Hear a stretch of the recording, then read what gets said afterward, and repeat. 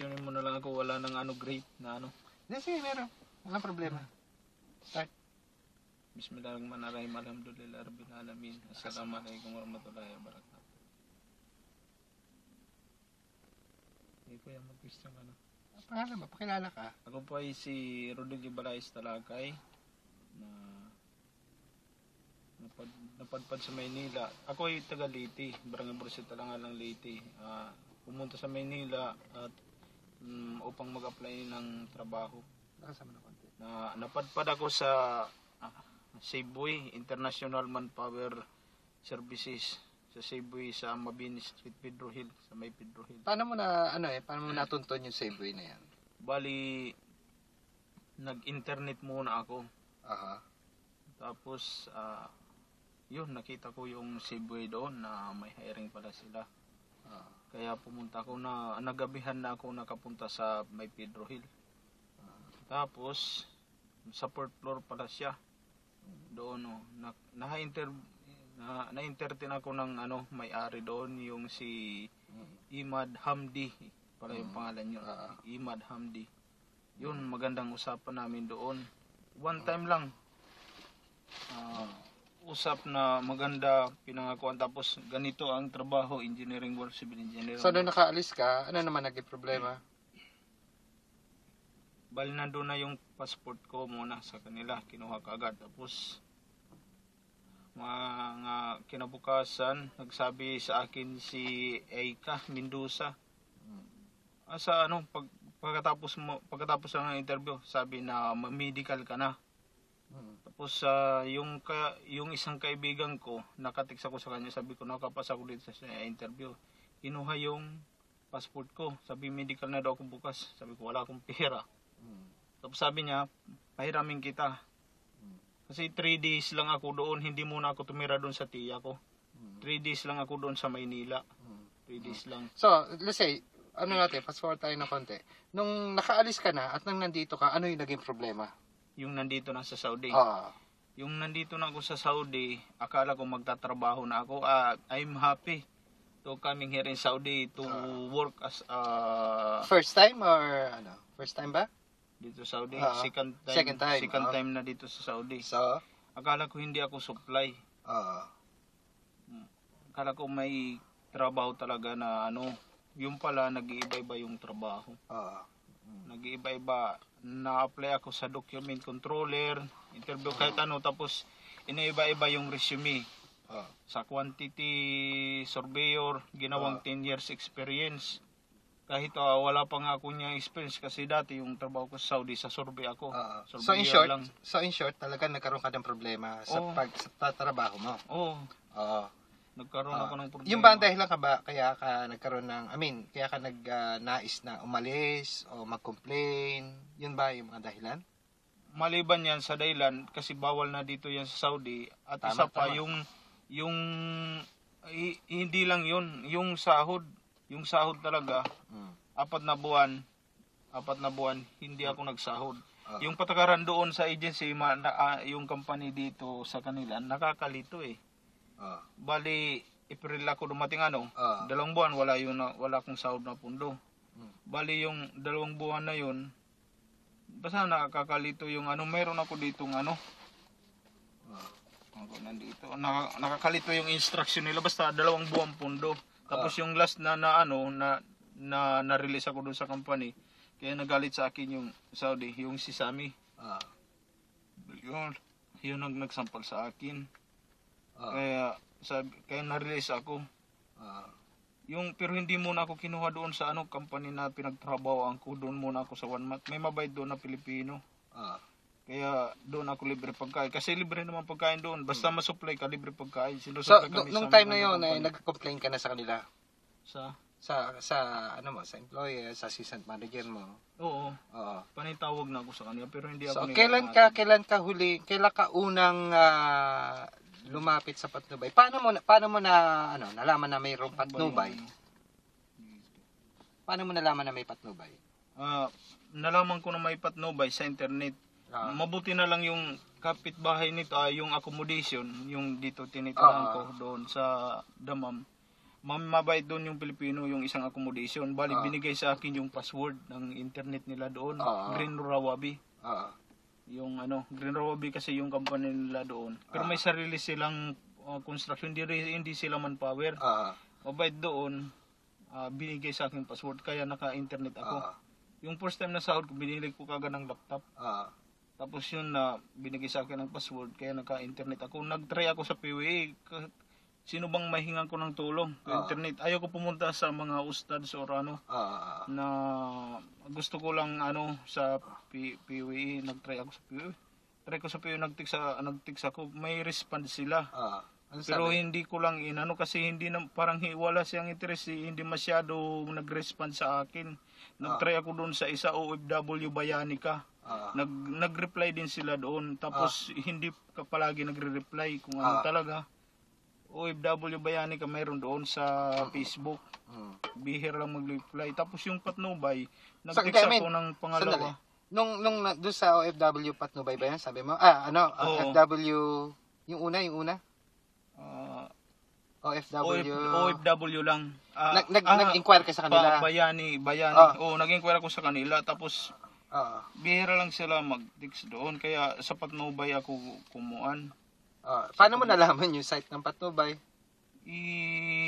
Basta naka-registered na lang doon sa computer ko. Alhamdulillah na nag-reply yung Patnubay sa akin. Tapos yun na, nagkaka-text na kami. Kasi yung isa doon, OFW Bayanica, bihira lang mag-reply. Nagka-text lang dalawa. Ito, yung Patnubay, yung parang may communication na kami. Sino mismo sa Patnubay unang kumausap sa'yo? Hindi ko alam, walang pangalan, hindi ibinigay niya yung pangalan. Tapos sabi niya, kasi yung nagreklamo na ako doon, yung sinampal na ako ng amo. Tapos bigla na kaming magsusuntukan doon. Oo. Kasi galit na siya kasi yung nasupply ako na naalis ako. So hindi mo malaman kung sino yung nag-reply back sa Hindi. Patnubay. Anyway, paano naging procedures nila sa kaso mo? Mula nung makausap mo sila, hiningan ako doon ng ikama. Yung ikama ko, tapos yung kontrata ko doon sa Pilipinas na pinirmahan. Tapos doon sa agency may pinirmahan ako doon na kontrata. Tapos yung doon naman sa airport, nangalis na ako, iba ang kontrata na ibinigay, iba ang trabaho. So binigay mo yun sa Patnubay. I mean, yung Xerox, Xerox lahat. I-upload ko doon sa kanyang kanya. sa So, kanya. ano nag-reply sa'yo? Anong naging response? Tapos bigla, parang siya, sabi niya doon na maghintay-hintay ka lang. Din to, ano ba yun? Parang, basta sabi niya, tutulungan ako. Yun sabi niya, hintay-hintay ka lang. Sabi niya, huwag kang aalis dyan sa sa amo mo. Kasi balak ko na yun umalis kasi nag-aaway na kami ng amo namin. Pero medyo naman mabait siya. Medyo mabait kasi yung doon na na-release lang ako, doon ako nagka-problema. Na nang na-release ako, galit na siya sa akin. Ano ba to? Paano ba kung nito makakakuha ng trabaho? Kasi palakasan sa trabaho. Paano ba kung nito tapos pag-resume ko, sinungalingan pa nila. So, balik tayo sa question ko. Kaya ako nagkuhan sa Patnubay talaga. Mabuti na lang hanahanap ko yung Patnubay. Alhamdulillah, siguro kadar yun na makilala ko ang Patnubay sa through internet. Walang may nagsabi anong araw, anong buwan mo na I mean, may exact date ka ba na matandaan kung kailan mo binigay yung problema sa Patnubay at mula ngayon, sa tingin mo, ilang buwan o ilang araw ang itinagal? November ngayon November 15 ngayon. Sa September siguro yun, sa September na yung na-release ako sa isang company. Mga 2 araw muna ako nag-stay doon sa bahay na yun. Nag-usap na kami ng amo about sa salary. Doon na nagalit sa akin, sinampal ako. Yun na, doon na ako naghanap ng paraan kung paano ako nito makakaalis sa company na to. Kasi maliban sa hindi ko gusto yung patagaran nila 2 buwang pundo. Tapos yung na-release ako, hindi na maganda ang tingin sa akin. Mabuti kung marami akong experience sa trabaho. kahit ako nagtrabaho na dito sa Saudi, siyempre kasi nag-iba-iba yung trabaho. Yun na naghanap na ako ng paraan kung sino bang makatulong sa akin. Ayaw ko pumunta doon sa mga kaibigan ko na yung mga kilala, nahihiya ako kasi ko bahala na to through internet kung ano lang, kung sino kung mahingan ng So ano sa tingin mo? through in So personal. ano sa tingin mo? Naging effective ba ang pag intervene ng patnubay sa iyo or pakikwento mga paki-elaborate mo. Yung interview sa akin ikinuan niya kung ano yung mga yung ikama ko, tapos yung doon sa agency, yung mga problema ko. Tapos parang siguro tinawagan siguro ang patnubay, nagtawag sa akin isang araw yung agency, ano bang problema mo dyan? Sabi ng agency sa akin. Sabi ko, ma'am, madami akong problema dito, maliban sa sahod, hindi talaga, pag hindi ka masupply, yun ang problema ko. Tapos bawal na dito sa Saudi ang supply. Sabi ko, gusto ko ma'am umuwi. Sabi ng agency, kasi hindi na siya sumagot yung agency doon sa Pilipinas. Nakaisang tawag lang yun. Tapos so in short, paano nakatulong sa iyo ang patnubay? Yun ang tanong ko eh. Paano nakatulong? through communication sa internet. Through communication sa internet, nag-uusap kami. Tapos, bro, ano ba yung gagawin ko dito? Sabi niya, diyan ka lang sa huwag kang aalis. Sabi niya. Sabi ko, nag-pray din ako, nananalangin din ako na sana magdilang anghel tong amo ko na yung isang amo, wala yung plano magpaalis, yung si Sammy, wala yung plano. Yung dumating, bago lang yan dating, galing siguro yung Malaysia, si Madi.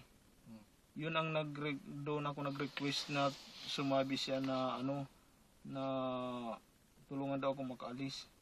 Tapos mabuti na lang itong patnubay din, talagang caring talaga sa akin na huwag kang aalis, diyan ka lang. Kung tiisin mo lang. Kumbaga ginabaya ka talaga na gusto. Oo, tiisin mo lang diyan muna, tiisin. Yung sinunod ko lang ang payo ng patnubay rin, sinunod ko lang. Kasi sa poder pa ako ng amo. Nagtiis lang ako, sabi ko, food allowance na lang binibigay sa akin ngayon. Paano ba to? Parang hindi to makatarungan. Kasi ano ba to? Nagtrabaho ko dito.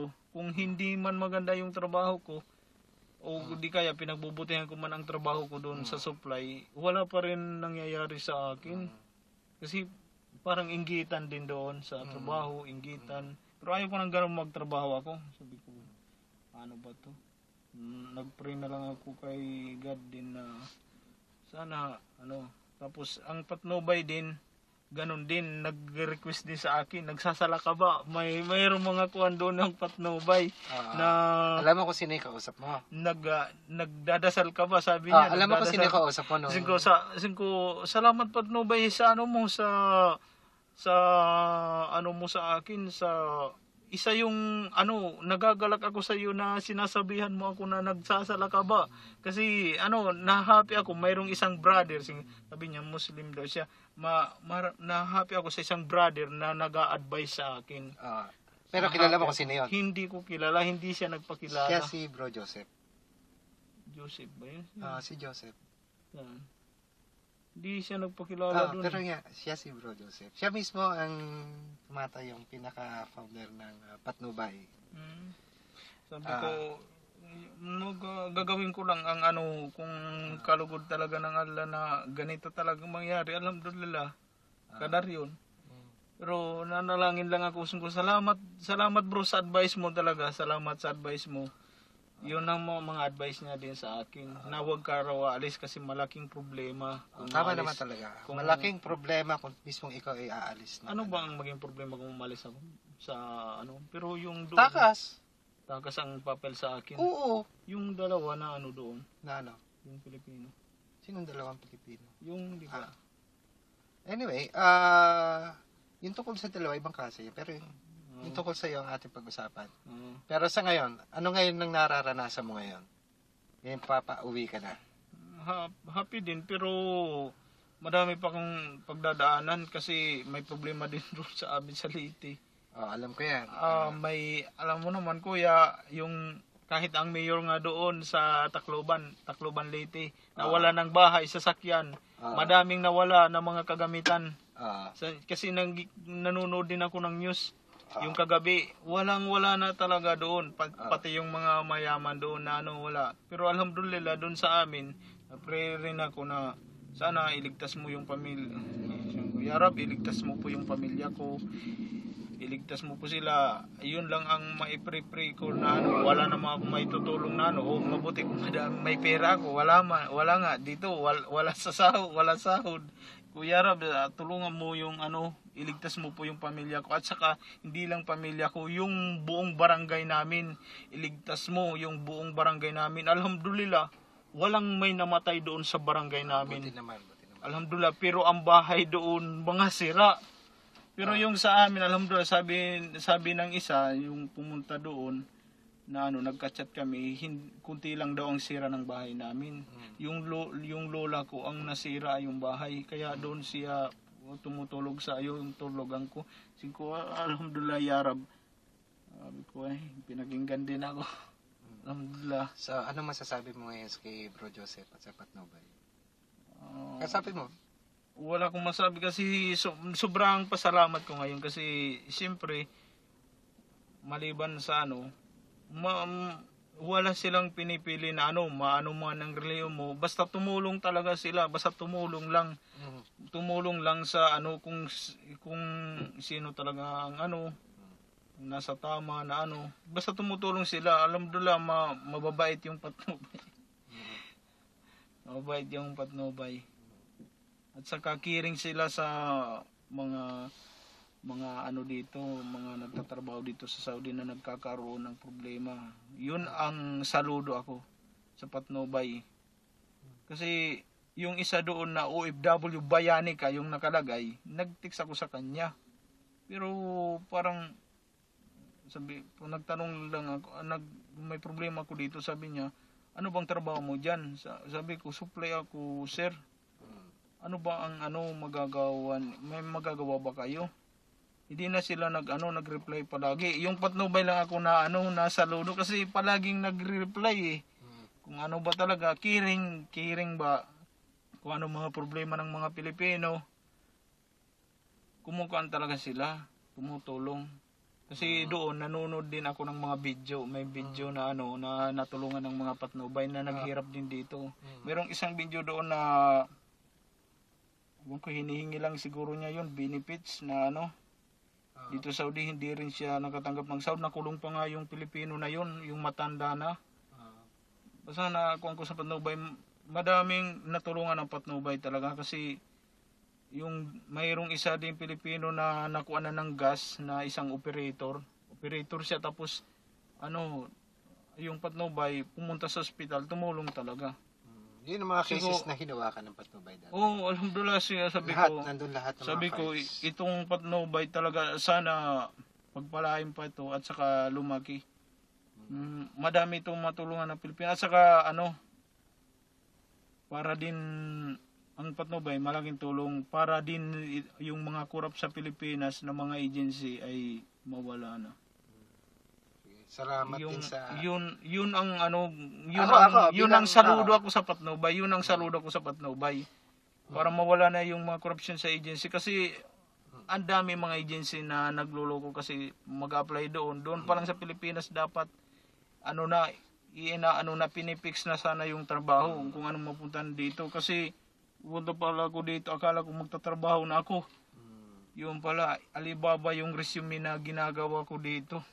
Alibaba resume Kaya nga kuya, yung kanina doon, gusto ko personal na kasi baka marinig niya na hindi wala naman problema. Wala naman problema doon. Sa akin lang.